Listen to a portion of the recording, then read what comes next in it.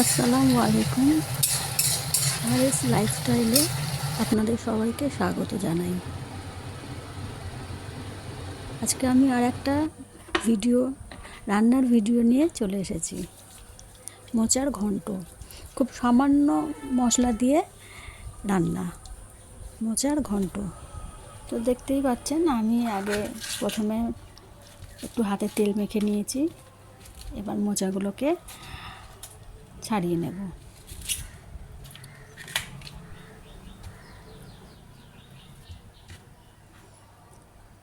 এরপর এই মোচার এই ফুল থেকে এই দুটো জিনিস বাদ দিতে হয়, তো সেটাই বাদ ফেলে দিয়ে আমি এটাকে ভালো করে সবগুলোকে বেছে নেব।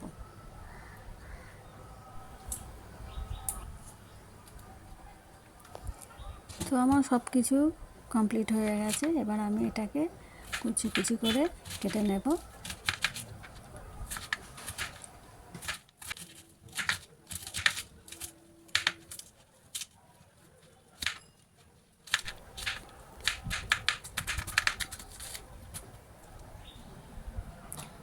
তো দেখো বন্ধুরা, আমার এইগুলো কাটা হয়ে গেছে। এরপর আমি মোচায় যেহেতু একটা আলু দেব, মাঝারি সাইজের আলু একটা কেটে নিচ্ছি।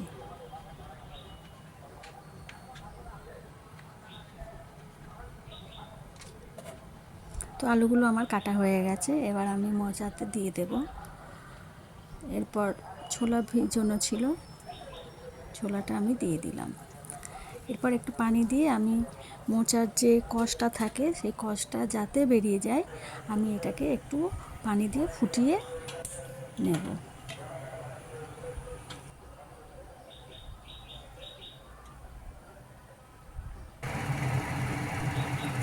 পানিটা আমার ফুটে গেছে। আমি এবার পানিটাকে ফেলে দেব। তার জন্য আমি এটাকে ছেঁকে নিয়েছি। এবার গ্যাসেতে আমি কুকার বসিয়ে এটাকে আমি সেদ্ধ করে নেব। দুটো সিটি দিয়ে সেদ্ধ করে নেব। তো তার জন্য আমি এখানে কিছু মশলা অ্যাড করব। প্রথমে পানি দিয়ে দিলাম, তারপরে দেব হলুদ গুঁড়ো, লঙ্কার গুঁড়ো আর লবণ দিয়ে আমি এটাকে ঢেকে দুটো সিটি দিয়ে দেব।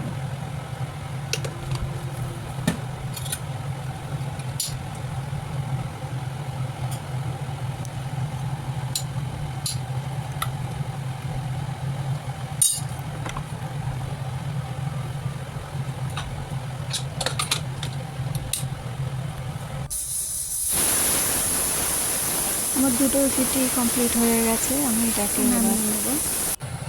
এবার একটা কড়াইতে তেল দেব।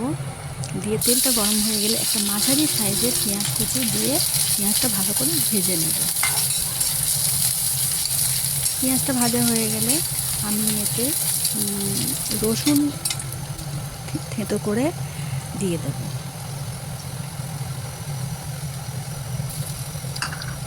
পেঁয়াজ আর রসুনটা একসঙ্গে ভালো করে ভেজে নেব।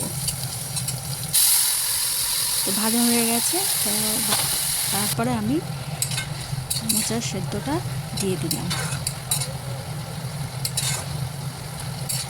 ভালো করে নাড়তে হবে।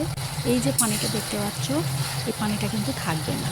এই পানিটা পুরো শুকনো শুকনো করে নিতে হবে।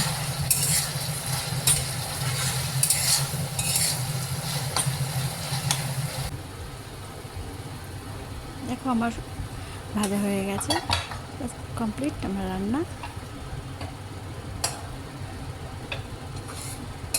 বন্ধুরা অবশ্যই একবার ট্রাই করে দেখবেন রান্নাটা কেমন হয়েছে।